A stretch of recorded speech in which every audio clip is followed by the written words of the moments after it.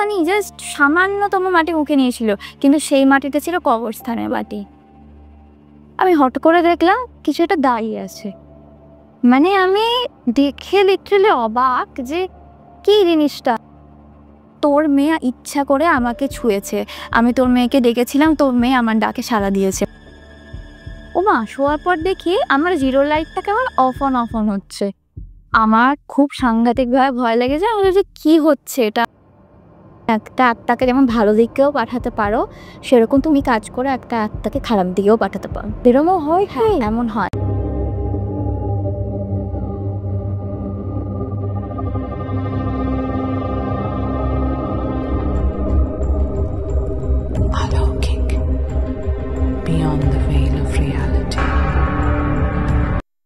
নমস্কার, অলৌকিকের একটি নতুন এপিসোডে আপনাদের প্রত্যেককে স্বাগত। আমি দেবাঞ্জনা।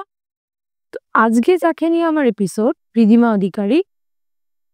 একদম ফুটফুটে একটা বাচ্চা মেয়ে, কিন্তু তার জীবনে যে কি ভয়ঙ্কর অভিজ্ঞতা বা তার কি ভয়ঙ্কর এক্সপিরিয়েন্স, আজকে সেটা নিয়ে আমাদের পর্বে থাকবে। এবং বেশি কথা বাড়াবো না, একদম পর্বে যাও। তো নমস্কার। নমস্কার। তো তুমি কোথা থেকে এসছো? আমি এসেছি চাঁদা নদিয়া থেকে। আচ্ছা আচ্ছা, বাবা অনেকটা দূর। হ্যাঁ, বেশ। থ্যাংক ইউ চ্যানেলে আসার জন্য। এখন কি করছো? এখন আপাতত স্টাডি করছি, প্লাস আর সাথে সাথে ডান্সার আমি। ইভেন আমি অ্যাঞ্জেলস করি। আমার বাবার থেকে কিছুটা শেখা আমার এইসব ব্যাপারটা। তারপর ট্যারো ট্রেডিং বাবা শিখিয়েছে। তো এইসব ক্রিস্টাল ব্রেসলেটের এসবের মধ্যে আমি একটু জড়িত আছি। আচ্ছা আচ্ছা, মানে তুমি এখন থেকেই একদম মানে এইসব লাইনে, স্পিরিচুয়াল লাইনে আছো। এবার এগুলো একটু বিশ্বাস করতাম না তো। হ্যাঁ, হঠাৎ করে স্পিরিচুয়াল লাইনে কেন?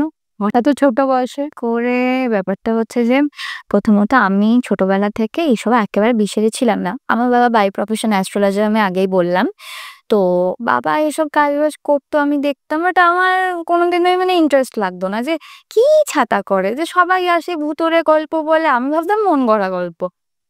তো মানে তুমি একদম বিশ্বাস করতে? একদম বিশ্বাস করতাম না। আমার তো মনেই হতো না যে ভূত বলে আদৌ কিছু হয়। কখনো মানে বুঝতেই পারিনি যে আদৌ কিছু হয়। বাট আমার সাথে নিজে যখন ঘটে জিনিসগুলো, তারপর এখন জিনিসগুলো বিশ্বাসও করি। তারপরে এই লাইনে এই লাইনে আসা মানে তুমি এখন অ্যাঞ্জেল, হ্যাঁ, রেকি অ্যান্ড অল এগুলোর সাথে আছো। আচ্ছা, এমন কি ঘটেছিল যেখান থেকে তুমি এত ছোট বয়সে স্পিরিচুয়াল লাইনে? বিষয়টা হচ্ছে আমার বাবা বাই প্রফেশন অ্যাস্ট্রোলজার, সেটা আপনাকে আগেই বললাম। তা ব্যাপারটা হচ্ছে, বাবার কাছে অনেক ক্লায়েন্টরা আসতো, এসে বলতো আমার এই ঘটনা ঘটেছে, আমার ওই ঘটনা ঘটেছে, আমার সাথে এই ভূতুড়ে ব্যাপার হয়েছে। আমার বাবা দেখতাম ভূত ছাড়াচ্ছে অনেকের। তা আমি তো দেখে খুব হাসতাম যে এটা আবার কি জিনিস, এগুলো কিছু হয় না, মানুষের নাটক করে। বাট তারপর যখন আমার নিজের সাথে এগুলো, তোমার তখন মনে হতো কি ওদের সাইকোলজিক্যাল কিছু হ্যাঁ, আমার প্রবলেম, তো মেন্টাল ডিসঅর্ডার কিছু আছে ওদের, যার জন্য এগুলো ইচ্ছাকৃত কেউ করছে। বা তো তুমি বাবাকে প্রশ্ন করোনি? আমি বাবাকে অনেকবার প্রশ্ন করেছি, আচ্ছা এই ব্যাপারগুলো কি, এই ব্যাপারগুলো কি। বাবা আমাকে বলতো তুই নিজে ফিল না করলে তো কখনো বুঝতে পারবি না। বাট স্টিল আমি যে কাজগুলো করি, তোর তো এগুলো বিশ্বাস করা উচিত। দেখ, পৃথিবীতে পজিটিভ এনার্জি থাকলে নেগেটিভ এনার্জিও থাকবে। তো আমি পজিটিভ এনার্জিটাকে অবভিয়াসলি বিশ্বাস করি, বাট নেগেটিভ এনার্জি যে কিছু ছিল ওটা আমার কখনোই বিশ্বাস হয়নি। বাট স্টিল এখন যখন আমার নিজের সাথে ঘটেছে, তো তারপর আমি বিশ্বাস করি ইংলিশ করে। আচ্ছা, এবার শুনি ঘটনাটা প্রথম থেকে। তা হয়েছে বলতে, তখন আমার বয়স হবে ওই 12-13 বছর বয়স। তো সেই বয়সে আমি তখন অনেকটাই ছোট। আমার সাথে মানে একবার বাবাকে দেখেছিলাম, মানে বাবার একটা ক্লায়েন্ট এসেছিল। তো সেই ক্লায়েন্টটা আসার পর সে তার মানে নানাবিধ সমস্যার কথা বলেছে, তার মেয়েকে ভূতে ধরেছিল, এই হয়েছিল, সে হয়েছিল, অনেক কিছু বলেছিল। তা বলার পর আমি ওগুলো দেখে খুব হাসাহাসি করেছিলাম। এবার আমার বাবা তার কাজবাজও করেছিল। তো ওগুলো করার পর হট করে আমি সেদিনকে রাতে ভূত নিয়ে একটা স্বপ্ন দেখি। এবার সেই স্বপ্নে আমি দেখতে পাই মানে কেউ এসে যেন আমার আশেপাশে ঘুরছে, হাসছে, আমাকে বলছে তুমি আমাকে বিশ্বাস করো না, আমি আছি।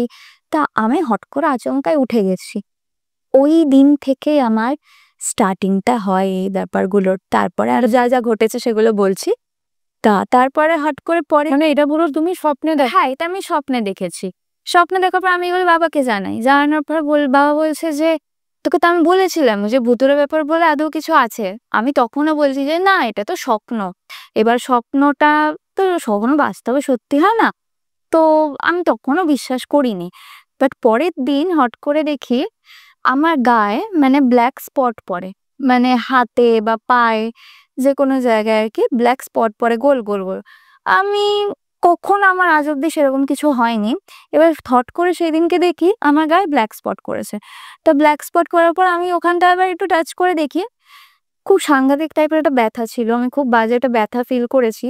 আমি বাবাকে বলছি, "এটা কিসের?"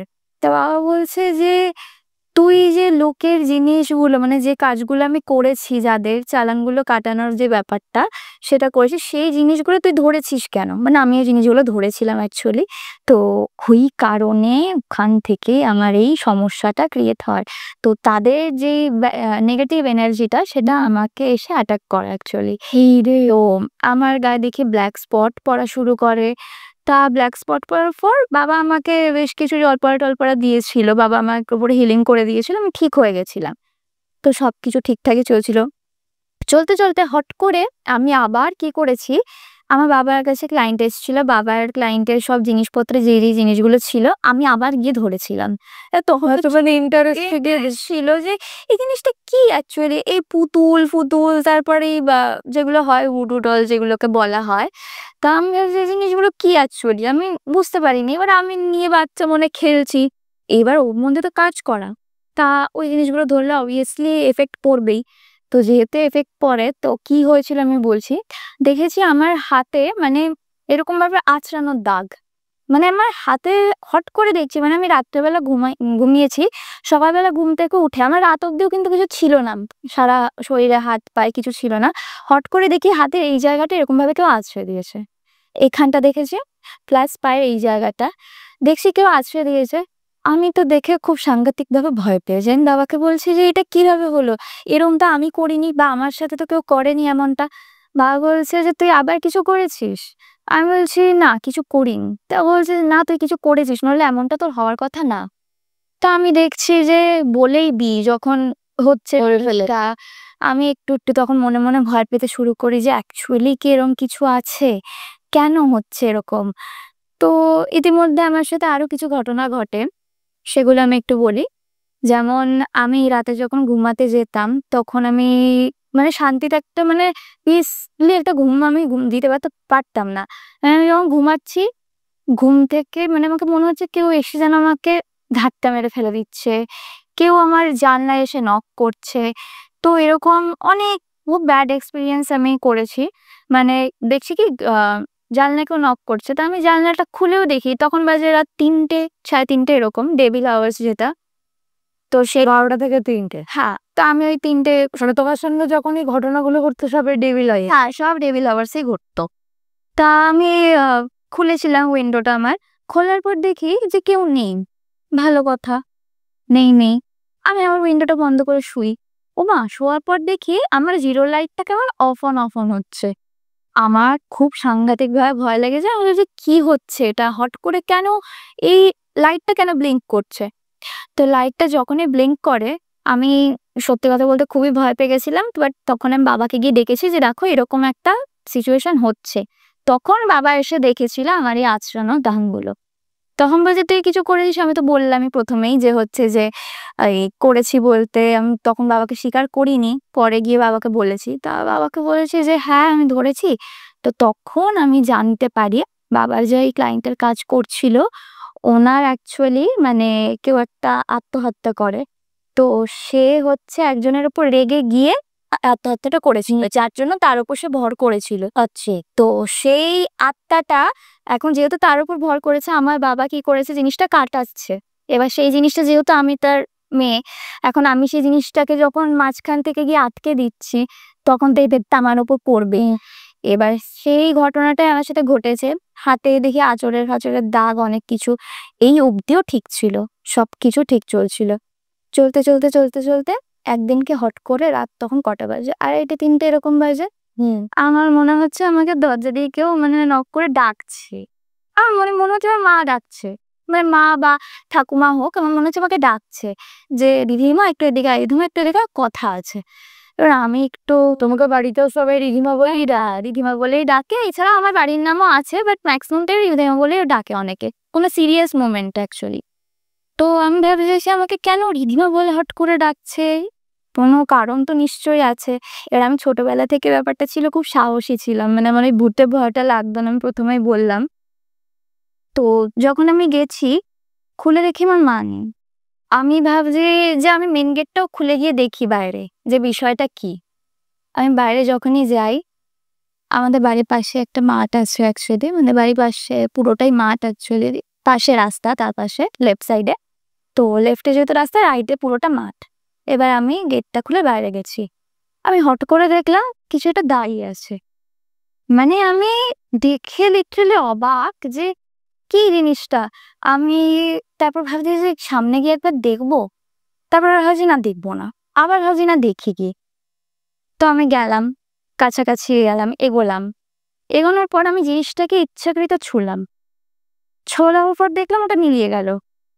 আর যে মিলিয়ে গেল, আমার কিছু প্যারানর্মাল অ্যাক্টিভিটিস হতে থাকে সেই সময় থেকে। জিনিসগুলো হচ্ছে, আমি ওখানে অজ্ঞান হয়ে পড়ে যাই। আমাকে সকালবেলা এসে, তখন কটা বাজে, 6:30 7টার সময় সবাই উঠে যায় আমাদের বাড়িতে। উঠে আমাকে কেউ ঘরে পাচ্ছে না, আমাকে বাইরে খুঁজতে গেছে, গিয়ে দেখে আমি মাঠে পড়ে আছি। আমাকে জিজ্ঞেস করছে তুমি অতক্ষণ ওই রাস্তায় পড়েছিলে? হ্যাঁ, ওখানটাই পড়েছিলাম। আমার মানে জ্ঞানও ফেরেনি যে কি হয়েছে, আমি কিছু জানি না। এবার আমার যখন জ্ঞান ফেরে আমাকে তখন জিজ্ঞেস করেছে, আমি তো খুব ভয় পেয়ে গেছি, তখন আমি একটা প্যানিক অ্যাটাকের মধ্যে রয়েছি, মানে আমি প্রচন্ড মানে একটা আতঙ্কিত হচ্ছি, ভয়।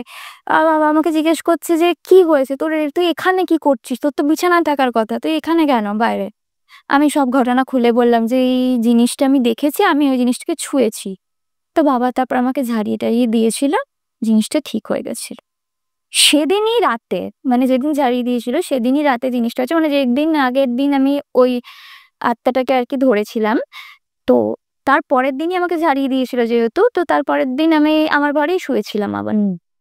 শোয়ার পর হট করে রাত 1:30-2টার সময় আমার মনে হচ্ছে আমার ভিতরে কিছু একটা ঢুকে গেছে, মানে আমি হাওয়া করে চিল্লাচ্ছি, এবার খেয়ে আছিস আয়, কে আছিস আয়। এবার এই জিনিসগুলো তো মনে থাকার কথা না, তো এই জিনিসগুলো আমার মনে নেই অতটা ভালোভাবে, বাট আমাকে বাবা যতটুকু বলেছে। ইভেন আমার ঘরের বাইরেটায় মানে ডাইনিং রুমে সিসিটিভি ফুটেজও ছিল, তো সিসিটিভি ফুটেজে আমি দেখেছি, কেননা আমি ছিলাম ঘরে, আমার ঠাকুমা ডাইনিং রুমে থাকেন। তো উনি আমাকে আওয়াজ পেয়েছিল যে কে আছিস আয়, কে আছিস আয়, আমি এরকম নাকি করেছি। তা আমাকে ঠাকুমা টানতে টানতে বাইরে নিয়ে গেছে সিসিটিভি মানে ফুটেজের সামনে। মানে মেন্টালিটি তো এটা ছিল না যে সিসিটিভির সামনে নিয়ে যাবে, মেন্টালিটি এটা ছিল যে বাইরে নিয়ে গিয়ে জিনিসটাকে বুঝবে কি হয়েছে। তা আমার বাবাকে তখনই সাথে সাথে ডেকেছে, ডেকে বলছে যে তাড়াতাড়ি আয় বাবাই, দেখ তোর মেয়ের কি হয়েছে। তা মা বাবা সবাই আসে। আমি তখন বাবাকে বলেছি আমি সেগুলো নিজের চোখেই দেখেছি সিসিটিভিতে যে আমি এই জিনিসগুলো পড়েছি। আমি দেখছি আমি আমার বাবাকে ঠেলে ফেলে নিয়েছি, আমি যে সরে যা তুই আমার সামনে থেকে, তুই আমাকে কেন তাড়াতে চাইছিস। মানে ওই যে যে আত্মাটা ছিল, মানে যে মারা গেছিলেন, উনি আমার মধ্যে চলে মানে মিডিয়াম হিসেবে কাজ করছে। হ্যাঁ, তো তুই আমাকে কেন মারতে চাইছিস, আমাকে ওরা ইচ্ছাকৃত খুন করেছে, ওদের দ্বারা আমি খুন হয়েছি, তুই সব জানিস না। তো তোকে ওরা যতটুকু বলেছে আমি আত্মহত্যা করেছি তুই ততটুকুই জানিস, কিন্তু এটা সত্যি নয়, ওরা আমাকে খুন করেছে, অনেক কিছু আমি সেই আত্মাটা আমার মধ্যে দিয়ে বাবাকে জানাই। তো এগুলো জানানোর পরে আমার বাবা সবকিছু শোনে ওনার থেকে। শোনার পর বলছে তাহলে আমার মেয়েকে তুমি কেন ধরেছো? অবভিয়াসলি কোয়েশ্চেনটা করারই কথা, আমার মেয়েকে কেন ধরেছো? তখন বলছে তোর মেয়ে ইচ্ছা করে আমাকে ছুঁয়েছে, আমি তোর মেয়েকে ডেকেছিলাম, তোর মেয়ে আমার ডাকে সাড়া দিয়েছে। মানে যতক্ষণ না তুমি তাকে অ্যাকসেপ্ট করছো ততক্ষণ কিন্তু ও তোমার কাছে আসবে না। যেহেতু আমার কাছে তুমি অ্যাকসেপ্ট করেছো, হ্যাঁ সেজন্য আমি অ্যাকসেপ্ট করেছি যে আমি তোর মেয়েকে কিন্তু ডেকেছিলাম, তোর মেয়ে নিজের থেকে অ্যাকসেপ্ট করেছে। তাই আমি তোর মেয়েকে এখন ধরেছি, আমি তোর মেয়েকে ছাড়বো না যতক্ষণ না তুই এই কাজগুলো করা বন্ধ করবি। আমি ওদের বাড়ির কাউকে একজনকে শেষ না করে ছাড়বো না জিনিসটা। তো এই জিনিসটা না আমার বাবাকে বলা হয়। আমার বাবা তখন ওই মানে আরো অনেক কথা ওনার থেকে ইনফরমেশন নেয় যে কি কি বৃত্তান্ত হয়েছিল, যে বাড়িতে কি সমস্যা ছিল, বউটি কেন মারা গেছিল। বউটি তার স্বামীর কোনো একটা এক্সট্রা অ্যাফেয়ার জানার পর সে আর কি আত্মহত্যা করেছিল। আচ্ছা, তো এবার আত্মহত্যা করেছিল, স্বামী বলেছে আত্মহত্যা করেছে, কিন্তু সেই স্ত্রী আমার মধ্যে এসে আমার বাবাকে জানাচ্ছে যে তাকে নাকি খুন করা হয়েছে। আচ্ছা। তা আমার বাবা এগুলো জানার পর তখন আমার বাবা বলছে তুমি কি সত্যি বলছো, তুমি যদি সত্যি বলো তাহলে আমি তোমাকে মুক্তি দেব, তুমি যদি মিথ্যে বলো তাহলে কিন্তু তোমাকে আমি ছাড়বো না।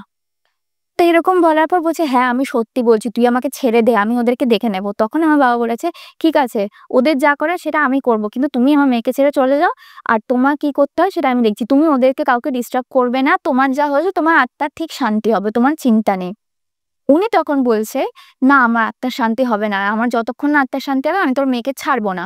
তখন নাকি আমি নিজেকে খুব চুলের মুঠি ফুটি ধরে মানে মেরেছি, তারপরে নিজেকে ইচ্ছা করে খামছি, যেখানে আমার হাতে নখ নেই। আমার হাতে মানে কোনো নখ ছিল না সেই সময়, কিন্তু কি করে যায় মেয়ের হাতে নখ থাকে না, সেই মেয়ের হাত দিকে মানে আঁচড় লাগে, এটা বলো। দেখছি হট করে মানে আমার হাতে আঁচড়। আমার বাবা বলছে, কি করছো এটা, ছেড়ে দাও আমার মেয়েকে। ও কোনো মতেই আমাকে ছাড়বে না, আমার হাতে আঁচড় দিচ্ছে, আমার পায়ে আঁচড় দিচ্ছে, মানে আমি নিজেকেই নিজে দিচ্ছি ওই আত্মাটা। তো আমার সংঘাতিক এক্সপিরিয়েন্স। এই জিনিসগুলো মানে সত্যি যদি যার সাথে ঘটে সে জানে একদম মানে যার সাথে ঘটে না সে ভাবে কি গল্প পুরোটাই বাড়িতে। এগুলো একদমই নয়। যার সাথে ঘটে, এই যে আমি নিজেই তো এগুলো বিশ্বাস করতাম না, আর করার না ফলে আমি জিনিসগুলোকে ইচ্ছাকৃত অ্যাকসেপ্ট করেছি বলে আজকে আমার সাথে এই ঘটনাগুলো ঘটেছে। তো যাই হোক, এরকম হওয়ার পর আমাকে চড় থাপ্পড়, আমি নিজেকে নাকি মারছি, আমি দেখেছিও, প্লাস নিজের গলা টিপে ধরেছি যে আমি মেরে ফেলবো তোর মেয়েকে, আমি একজনের জন্য মরেছি, তোর মেয়েকেও মরতে হবে, তুই যেহেতু আমার কে মানে তাড়াতে চাইছিস, আর ওদেরকে তুই বিষয়টাকে সাপোর্ট করছিস। তা আমার বাবা বলছে, আমি তো প্রথমত সত্যিটা জানতামই না যে কি হয়েছে না হয়েছে, ওরা যতটুকু আমাকে যা বলেছে আমি ততটুকু তা জানি। তারপরেও আমি নিজে প্রেডিকশন করে দেখেছি যে হ্যাঁ আপনার মানে হাজবেন্ডের চরিত্র অবশ্যই খারাপ, আমি সেটা আপনার হাজবেন্ডকেও বলেছি। কিন্তু তা বলে আপনি আত্মহত্যা করে নেবেন, তাহলে আপনার নিশ্চয়ই কিছু ছিল, তা আপনি আত্মহত্যা কেন করলেন? আপনি তো কিছু নিজের মতো পথ বেছে নিতেই পারতেন। না আমি আত্মহত্যা করিনি, আমাকে খুন করা হয়েছে। ওনার কথা ছিল এখানে উনি ওটাতেই উনি ওটা স্ট্রিক্ট যে ওকে খুন করা হয়েছে। উনি কিছু একটা খেয়ে আই থিংক মারা গেছিল, যেটা উনি আমার মধ্যে থেকে বলেছে যে রাত্রেবেলার ডিনারে উনি বোধহয় কোনো একটা কিছু ডিনারের পর মিল্কশেক টাইপের কিছু উনি খেয়েছিল অ্যাকচুয়ালি। তো ওটা খাওয়ার পরেই নাকি উনি মারা যান। তো ওনার ধারণা যে ওনাকে ওর মধ্যে কিছু মিশিয়ে মারা হয়, কিন্তু ওনার যে মানে হাজবেন্ড সে বলে যে উনি আত্মহত্যা করেন, এবং কিভাবে আত্মহত্যা করেন সেটাও বলছি। উনি মানে ওনার হাজবেন্ড বলেছে যে ওনার চরিত্র সমস্যা ছিল ওই মহিলার। তো মানে নিজের চরিত্রের, এবার পরে আমরা সবটা জানতে পেরেছি সত্যি ওনার হাজবেন্ডেরই দোষ ছিল। তো নিজের চরিত্রের দোষ এদিকে দিচ্ছে বউয়ের দোষ, বাট একেবারেই না, এই দোষটা সম্পূর্ণ ওনারই ছিল, মানে ওনার হাজবেন্ডের। তো ওনার হাজবেন্ডই এর মধ্যে আর কি পয়জন মিশিয়ে দিয়েছিল। তারপর ওটা খাওয়ার পরেই তার মৃত্যু ঘটে, সেটা সে পরে গিয়ে স্বীকার করে।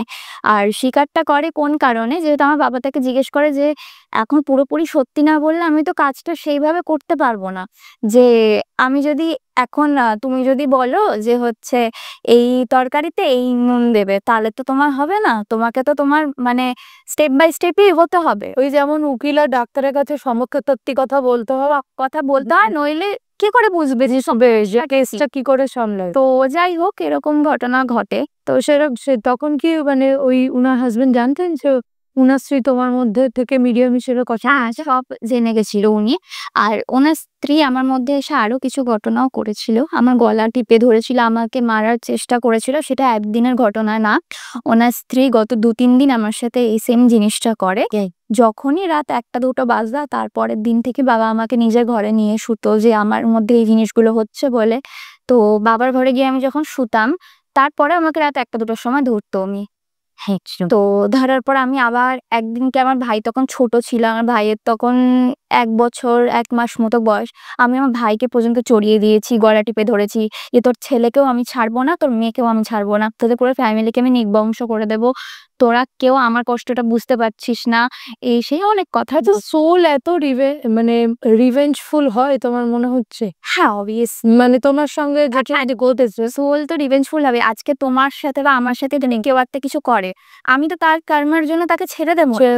কিন্তু তাহলে তো এতগুলো ধরো যে ক্রাইম হচ্ছে, হ্যাঁ তাহলে তো সেইগুলো সব নিষ্পত্তি হতো, সেটা তো কোথাও হচ্ছে না। সেটাই তো না, অনেক জায়গায় হয়েছে অনেক কিছুই, কিন্তু মানুষ ওই যে নিজের জীবন নিয়ে ব্যস্ত, কেউ কাউকে নিয়ে অত এখন আর ভাবে না যে এ কি হলো ওর কি হলো। ওই ২ দিন আরজি করের ব্যাপারটা নিয়ে যেমন হলো, যে বিচার চাই বিচার চাই। এখন যে যার জীবনে কেউ কারোর জন্য এখন ঢালারে এক্স্যাক্টলি ওটাই বলছি যে এই যে তুমি যে আরজি করে কথাটা বললে সেটাই বলছি যে মেয়েটাও যেমন ভাবেই মারা হোক না কেন তাহলে সেটাও তো রিভেঞ্জফুল হতে পারতো, খুলতে পারতো, কিন্তু মেয়েটাকে হয়তো সেরকম কিছুই করা হয়েছে। মানে সেই যারা আর কি ঘটনাটা ঘটিয়েছিল, আমি কারোর নাম নিচ্ছি না যেহেতু এখনো পুরোপুরি সত্যিটা সামনে আসেনি, আসবেও না, অবশ্যই হাই প্রোফাইল কেস কোনোদিনও আসবে না। তো সে হয়তো আমার যতদূর মনে হয় এই অ্যাস্ট্রোলজির মাধ্যমেই কিছু করেছে যাতে করে আত্মাটাকে দমকে রাখা যায়। তাছাড়া নইলে সোল কিন্তু খুব রিভেঞ্জফুল হয়, এটা আমি নিজে মানে ফিল করেছি। I really felt that. মানে আমার নিজের সাথে এটা ঘটেছে যে আমার স্বামী এটা করেছে, মানে আমি রিভেঞ্জ নেবই। তার জন্য যদি আমাকে অন্যের সন্তানকে মারতে হয়, একটা ছোট শিশু মাত্র, তারা তো ইন্টেনশনটা বুঝছে, তারা তো এগুলো তখন দেখবেই না। সেও কিন্তু একটা মহিলা, সেও কিন্তু বোঝার কথা, কিন্তু সে কিন্তু বুঝবে না। যেহেতু আমাকে তুই কেন সরাচ্ছিস, আমার মধ্যে এখন রিভেঞ্জের আগুন জ্বলছে, আমি কোনোভাবে ছাড়বো না, পরিষ্কার কথা, আমি শেষ দেখে ছাড়বো। তো এরকম ঘটনা ঘটে। তা আমার বাবা তখন ওনাকে কথা দেয় যে ঠিক আছে, আমি এর জন্য আপনার স্বামীকে দিয়ে আপনার কাছে ক্ষমা চাওয়াবো এবং আপনার মুক্তির ব্যবস্থা আমি করব। তখন উনি শান্ত হন এবং আমাকে ছেড়ে দেয়। তারপর ছেড়ে দেওয়ার পর বাবা সেই ব্যাপারটা নিয়ে কাজ করে, ওনার হাজবেন্ডের সাথে কথা বলে, আমার সিসিটিভি ফুটেজগুলো দেখায়। প্রথমে অবশ্য দেখায়নি, প্রথমে বলেছিল তুমি কি ঠিক কথা বলছো, মানে তুমি যা যা যতটুকু বলেছো সবটা কি ঠিক।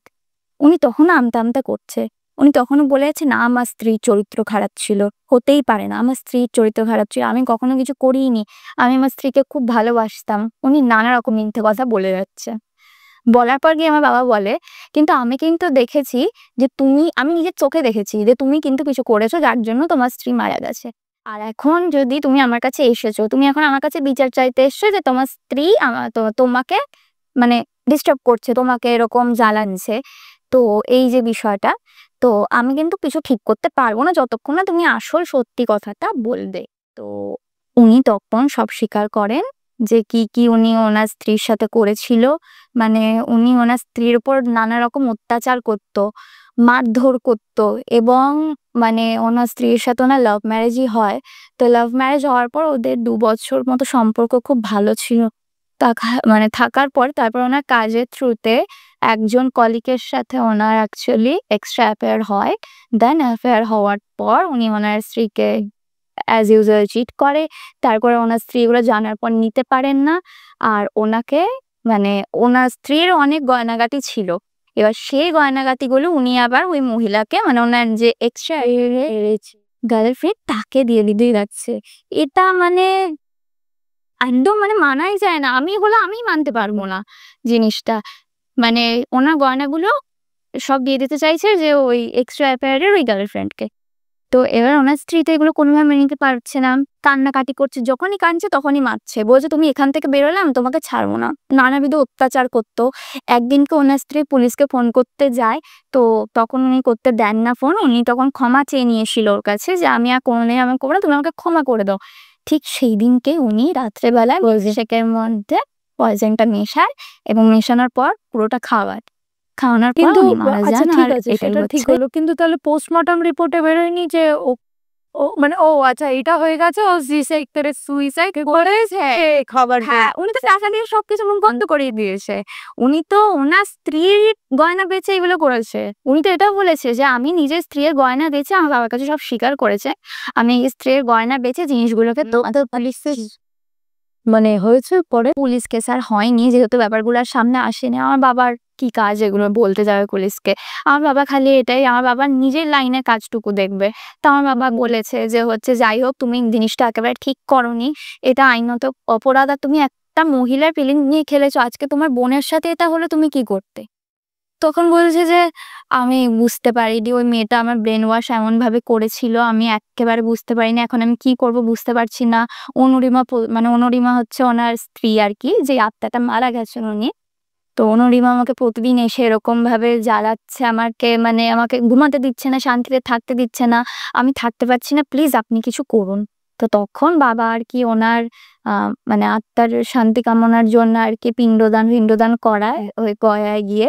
তারপরে উনি ক্ষমা চান, মানে ওনার হাজবেন্ড ওই অনির্বাণের কাছে ক্ষমা চায় যে আমার ভুল হয়ে গেছে, পরজন্মে আমি তোমার কাছে আবার আসবো এবং আমি সবকিছু আবার ঠিক করার আর কোনোদিনও কোনো ভুল করবো না। আমি সবকিছুর জন্য মানে ক্ষমা প্রার্থী, আর সবকিছু আমি ঠিক করার চেষ্টা করবো। তা কি ভয়ানক ঘটনা! এরকম জিনিস যদি কেউ চাক্ষুষ মানে দেখে বা মানে তোমার সাথে যেটা হয়েছে এটা খুবই ভয়ানক জিনিস। এই জিনিসটা মানে আমি তো কখনো বিশ্বাস করতাম না এগুলো। তো তারপরে যখন আমার নিজের সাথেই ঘটেছে, এখন অবিশ্বাস্য তো আর কিছু নেই। তা এখন আরো অনেক নতুন অনেক কিছুই দেখতে পাচ্ছি, যেহেতু আমি ব্যাপারটার মধ্যে ইনভলভ হয়েছি। তো ইনভলভ হওয়ার পর অনেকের অনেক সমস্যা আমি সলভ আউট করছি এরকম আর কি। যেমন ধরো একটা বাচ্চা, মানে একটা বাচ্চার কথা বলি। আমার একটা ফ্রেন্ডের ভাই আছে। তো ও আর কি গেছিল পড়তে। পড়া থেকে আসার পর মানে ওদের বাড়ির পাশে হচ্ছে একটা বাগান টাইপের আছে, তাল বাগান টাইপের আই থিংক সো। তো তাল বাগানে ও গেছিল, ও গিয়ে আই থিংক কিছু একটা মুখে দিয়েছে। মুখে দেওয়ার পর মাটিটা মুখে দেওয়ার পর ওর মানে অ্যাকচুয়ালি মাটি খেলে তো তোমার অতটাও শরীর খারাপ করবে না, তুমি মরে যাবে। মরে যাওয়ার মতো তোমার শ্বাসকষ্ট উঠে যাবে। একটুখানি জাস্ট সামান্যতম মাটি মুখে নিয়েছিল। কিন্তু সেই মাটিটা ছিল কবরস্থানের মাটি।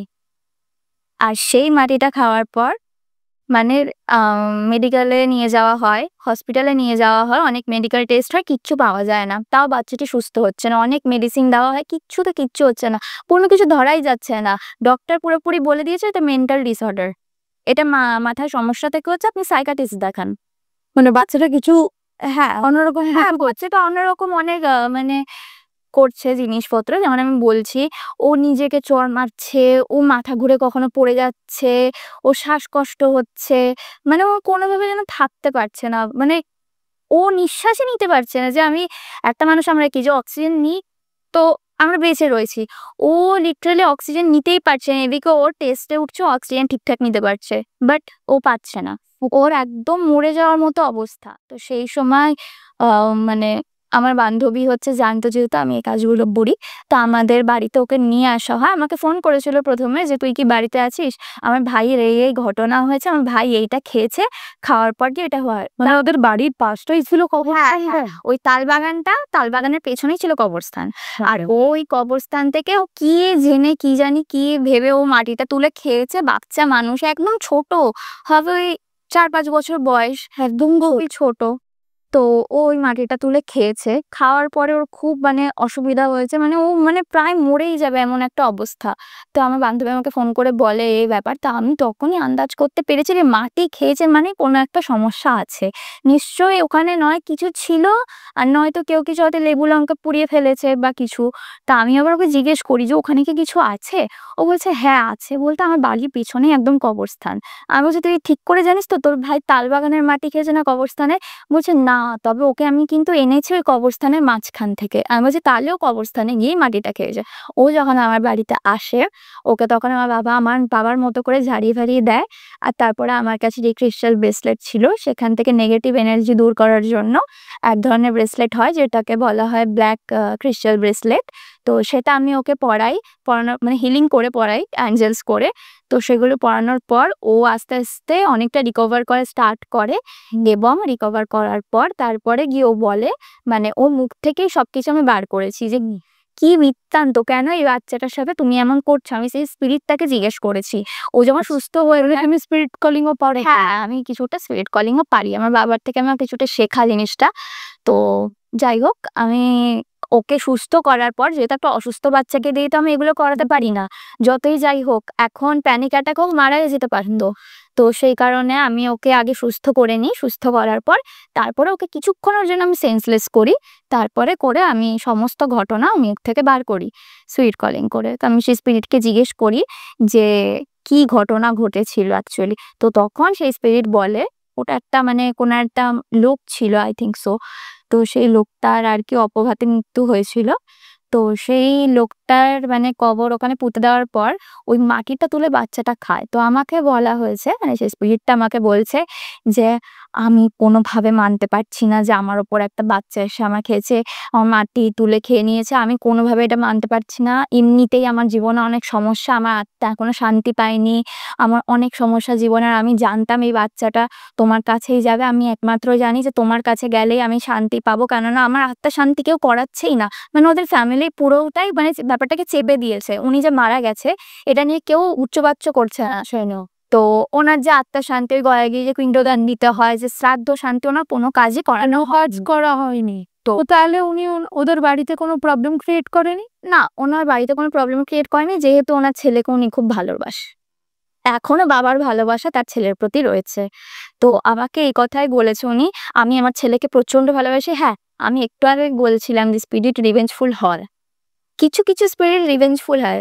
আবার কিছু, কিছু স্পিরিট এমনও হয় যে না, মনে এখনো তাদের মানে আপনজনদের প্রতি রয়েছে। শুধুমাত্র ওই বাচ্চাটার জন্য উনি এখনো অব্দি কিছু করতে পারেননি ওদের। নইলে উনি অনেকদিন আগেই করতো। ওনার শ্রাদ্ধ শান্তির কাজ কোনো কিচ্ছু করানো হয়নি। তো উনি ইচ্ছাকৃতই জিনিসটা করেছে। যতই হোক, তুমি আজকে যেটা জানবো না যে আমাদের সাথে আজকে এটা ঘটবে, কিন্তু স্পিরিট কিন্তু জানবে যে কালকে আমাদের সাথে কি ঘটবে হোলি। তো উনি খুব ভালো মতোই জানতো যে আমার কাছে আসলে জিনিসটা সলভ আউট হবে। তো উনি ইচ্ছাকৃতই জিনিসটা করে যে আমি ইচ্ছে করে বাচ্চাটাকে মানে বাচ্চাটা মাটিটা খেয়েছে বলে ওর ওপর ইচ্ছে করে ভর করে গেছিলাম, নইলে আমি করতাম না। মাটিটা খেয়েছে আমি করতাম না। কিন্তু আমার নিজের শান্তি চাই, আমার শ্রাদ্ধ শান্তি চাই। আমি জানতাম যে ও তোর কাছে যাবে আর আমার শ্রাদ্ধ শান্তি চাই, আমার একটা ব্যবস্থা করে দে। তা আমি যখন দেখছি যে বাচ্চাটার ওপর এসছে, এখন যতই যাই হোক, এখন ওদের ফ্যামিলি থেকে কিছু করাচ্ছে না, যখন আমার নিজের তরফ থেকে আমি যেহেতু আমার বান্ধবীর ভাই হয়, আর এমনি তো আমার মানসিকতা তো এটা বলবেই যে একটা যদি কোনো ছোট বাচ্চা আসে, তার যদি একটা কিছু হয় তা আমি তো তার হেল্প করবো একদম। তো যাই হোক, শ্রাদ্ধ শান্তি কাজের তো সত্যি কথা বলতে অনেকটাই চার্জ, বাট অতটা মানে ওদের ফ্যামিলির সাথে আমাদের কোনো কানেকশনই যেখানে নেই। তো আমি তাও ওনাকে বলেছি, ঠিক আছে আপনি এত কষ্ট পাবেন না, আমার বাবা এই জিনিসগুলো করে, আমি শ্রাদ্ধ শান্তির কাজটা করি না, এগুলো বাবা করে, আমি বাবাকে জানাচ্ছি, আপনি বাচ্চাটাকে দয়া করে ছেড়ে দিন, আর আপনি ওর মধ্যে আসবেন না, আর আপনি আসতে পারবেনও না। কিন্তু হ্যাঁ, আপনাকে আমি এই কথা দিচ্ছি যে আপনার শ্রাদ্ধ শান্তি অবশ্যই হবে। তো আমাদের বাড়িতে একটা পঞ্চমন্দি আসন আছে। তো আমার বাবা সেখানে বসে ওনার শ্রাদ্ধ শান্তির কাজটা করে, এবং করার পর তারপর আমাদের যে মা আছে উনি, আমাদের তো গয়ায় গিয়ে আর পিণ্ডদানটা করা তো সম্ভব না যে একটা সিট এসে বলল আর আমরা গিয়ে চলে গেলাম। বাট স্টিল আমাদের পক্ষে যতটুকু করা সম্ভব আমাদের বাড়ির মা এর কাছে গিয়ে আমরা মানে আমাদের তো মানে যার বাড়িতে ঘটনাটা ঘটেছে তাদেরই তো এটা করা উচিত। তারা করেনি। এবার আমি তো ব্যাপারটা অতটা ক্লিয়ারলি জানি না যে উনি তো স্পিরিট আমাকে সবটা বলেনি। খালি ওনার একটাই কথা, আমার মানে শ্রাদ্ধ শান্তি চাই। আমি আমার ছেলের জন্য ওই বাড়ির কারোর কোনো ক্ষতি করব না। এবার আমি যতটুকু নিজেটা বুঝতে পারছি বা আমি আমার বাবা যতটুকু প্রেডিকশন করেছি, আমাদের যতদূর মনে হচ্ছে ওনার বাড়িতেই ওনার হয়তো স্ত্রী বা মা-বাবা বা ফ্যামিলি মেম্বার্স যেই ছিল, সে হয়তো ইচ্ছাকৃত ওনাকে মেরেছে বা ইচ্ছাকৃত মারার চেষ্টা করেছে বা এমন কোনো কষ্ট দিয়েছে যার জন্য ওনার মৃত্যুটা ঘটে। তো যে কারণেই মৃত্যু হোক না কেন, এখন আমি এটাই প্রে করি ঠাকুরের কাছে উনি যাতে ভালো থাকুক। তো তারপর থেকে ওনার ওই পিণ্ডদান করার পর থেকে আর কোনো অসুবিধা হয়নি। মানে ওই যে ভাইটা যে হয়েছিল ঘটনাটা, ওনারও কিছু মানে ওই ভাইয়েরও কিছু হয়নি। আর সাথে আমরাও সেরকমভাবে ওই ব্যাপারটা নিয়ে আর কিছুই পড়িনি। তো ওই ব্যাপারটা ওখানেই শ্রাদ্ধপিণ্ড আমাদের বাড়িতেই করে দেওয়া হয়। আচ্ছা, তুমি তো এইটুকু বয়সে মানে অনেক কিছু এক্সপেরিয়েন্স করেইছো, আমি শুনেই বুঝতে পারছি। একটা প্রশ্নে যাব লাস্ট আমাদের এপিসোডের একদম। একটা প্রশ্ন খুব জানতে ইচ্ছা করছে, কারণ এই সেম ঘটনা আমার সাথে একবার ঘটেছিল, কিন্তু অন্যরকম। মানে তোমার সাথে ঘটনাটা অন্যরকম ঘটেছে, আমি জাস্ট অ্যাবারেশন দেখেছিলাম। তো এই যে অ্যাবারেশন দেখা, মানে তুমি যে জিনিসটা যে অবয়বটা দেখেছো, কিরকম দেখেছো? মানে একদম ফুল বডি অপারেশন না, ফুল বডিটা দেখেছি বলতে উনি সাদা শাড়ি পরেছিল। ওই মহিলাটা পুরো সাদা শাড়ি পরেছিল। আর যেহেতু ওটা মানে কি বলবো, ভুতুড়ে ব্যাপার, তো এই জিনিসগুলো অতটা ভালো মনে থাকে না। কিন্তু আমি যতদূর মনে অতক্ষণ সেন্সলেস ছিলাম, তো অতটা ভালো করে। আর যেহেতু বেশ কয়েকদিন আগের কথা, মানে বেশ কয়েক বছর আগের কথা, তো ওই কারণে আমার এখন মানে অতটা মনে নেই। তবে আমি এটুকু ডান শিওর যে উনি হোয়াইট কালারের কোনো একটা শাড়ি ওয়্যার করেছিল আর ওনার মুখটা পোড়া ছিল, আমি এটুকু দেখেছি। ভয়ঙ্কর সেন্সলেস হয়ে গেছে। তো তুমি মানে কোন সেন্সে ওকে ছুতে গেছিলে ওটা ভয়ঙ্কর জিনিসটা দেখে? আমি ভাবছি হয়তো কেউ ইচ্ছাকৃত এই জিনিসটাকে দাঁড় করিয়ে রেখেছে, উনি নড়ছেও না চড়ছেও না, মানে উনি যে আমাকে সারা শব্দ দেবে এমনও কিন্তু ব্যাপারটা না, উনি দাঁড়িয়েছিল। আমি ভাবছি মানে তুমি ভাবছো বডি নিয়ে কেউ দাঁড়িয়ে আছে, মানে ধোয়াটে কিছু নয়, ওয়ার্ডটা কিছু না, একদম স্পষ্ট। মানে কি সাংঘাতিক। মানে মানে তুমি যে অপারেশন বলছো আমারও মানে মানে তোমার ঘটনা শুনে আমারও একটা যে ঘটনার কথা মনে পড়লো। আমিও একটা অপারেশন দেখেছি, মানে একদম মানে কি বলবো, মানে ঠিক উনি দাঁড়িয়ে আছেন, ইভেন অনেক চুলের শেপটা পর্যন্ত বোঝা যাচ্ছে হ্যাঁ, যে কে এসছেন দেখা মানে দেখেছি আমি। ব্যাপারটা এটা কি বলতো, এগুলো কিন্তু সবাইকে দেখানো না দেয় না, এগুলো সোল টু সোল কানেক্ট তোলে, তারপর এনার্জি ট্যাপিং যারা করতে পারে। উনি জানতো খুব ভালো মতো যে আমাকে ধরলেই উনি এই জিনিসটা থেকে মানে পাবে উনি তো এটা খুঁজবে। দেখো আত্মার তো আমি ধরো তোমাকে এখন চিনি না, তো তুমি মরে যাওয়ার পর তোমার তো এটা মানে ইয়ে থাকবে না, ইন্টেনশন থাকবে না যে আমি ওই মেয়েটাকে এইটা করবো। তো ওনার ইন্টেনশন এটা ছিল না উনি আমার ক্ষতি করবে, এটা অবভিয়াসলি আমি বুঝতে পেরেছি। ওনার ইন্টেনশন এটা ছিল উনি আমার থেকে কিভাবে রিলিফ নেবে, কেন ওনাকে মানে দেওয়ার মতো তো মানে কেউ ছিল না। উল্টো ওনার হাজবেন্ড আরো চেষ্টা করছে ওনাকে যাতে মানে আরো বাজে দিকে ঠেলে দেওয়া যায়। মানে যে কাজটা উনি আমার বাবাকে করতে বলছিল, মানে ব্যাপারটা হয় শ্রাদ্ধ শান্তি পুরো হয়। আচ্ছা, শ্রাদ্ধ শান্তি কাজ দু রকমের হয়।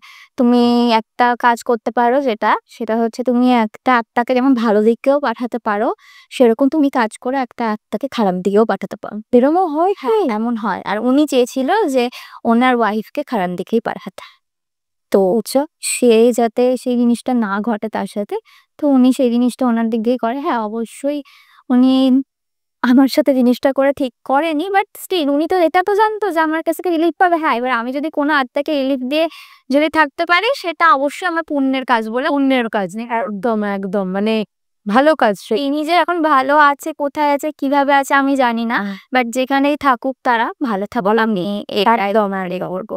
একদম তাই। তো একদম এপিসোড আমাদের শেষের পথে, তো তুমি বলো তোমার কেমন লাগবে? আমার প্রচন্ড ভালো মানে আমার পডকাস্টটা একদম ঘনিষ্ঠতম মেম্বার কেউ আমার লডকাস্টে আমি একদম নতুন, একদম নিউ মেম্বার, আর তোমার সাথে কাজ করে আমার প্রচন্ড ভালো লাগলো।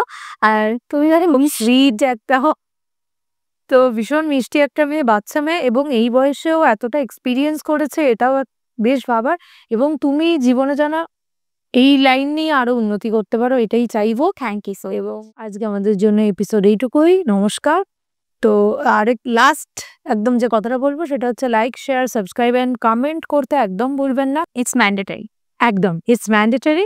আপনারা যদি একটু কোঅপারেট না করেন আমাদের সাথে, তাহলে জিনিসটা কি হবে, এই জিনিসগুলো আরো অনেকে জানতেই পারবে না। না পারলে এই জিনিসটা আরো ছড়াবে আমাদের দেশে, আর ঠিক আমরা সেটা কেউই চাইবো না। হ্যাঁ, ক্ষতি হোক তো কেউ কারোর চায়, একদম তাই। তো এরকম যাতে আরো কোনো স্পিরিট কষ্ট না পায় সেই কথা ভেবে এই জিনিসটাকে আরো অনেক শেয়ার করুন। একদম একদম। তো আজকের জন্য এইটুকুই।